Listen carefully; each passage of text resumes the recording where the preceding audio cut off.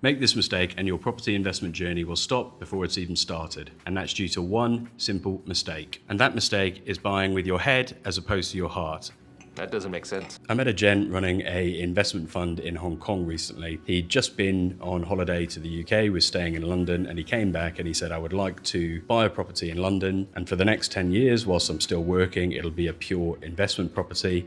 And then after 10 years, when I retire, it'll be my main home. So I sat down with him and I asked him to map this out. On one side of a piece of paper, we wrote down what makes a good investment property, and on the other, we wrote down what would make a good home for him specifically. So we had a high yield on the left-hand side, which was the head or the investment side. We had cash flow positive, which means that the income covers all the costs, including the mortgage. We had good growth potential. We also had location-wise, it doesn't matter for him personally, as long as it is a good quality investment location. Think city centres, close to employers, close to transport links. And finally, we also had not too high of a value property, because it's better to have lots of baskets with eggs in as opposed to one basket with one egg in. On the right hand side, what would make the ideal home or heart purchase for him in 10 years was a £1 million property in London, Hammersmith I think it was. It was close to restaurants he would like to eat in, close to pubs and transport. And when we looked at the financials on that, the yield was below 3%. The income wouldn't cover the mortgage or any other costs for the first 10 years. And although it may appreciate in value, London at the moment is not appreciating as well as other areas. So from that perspective,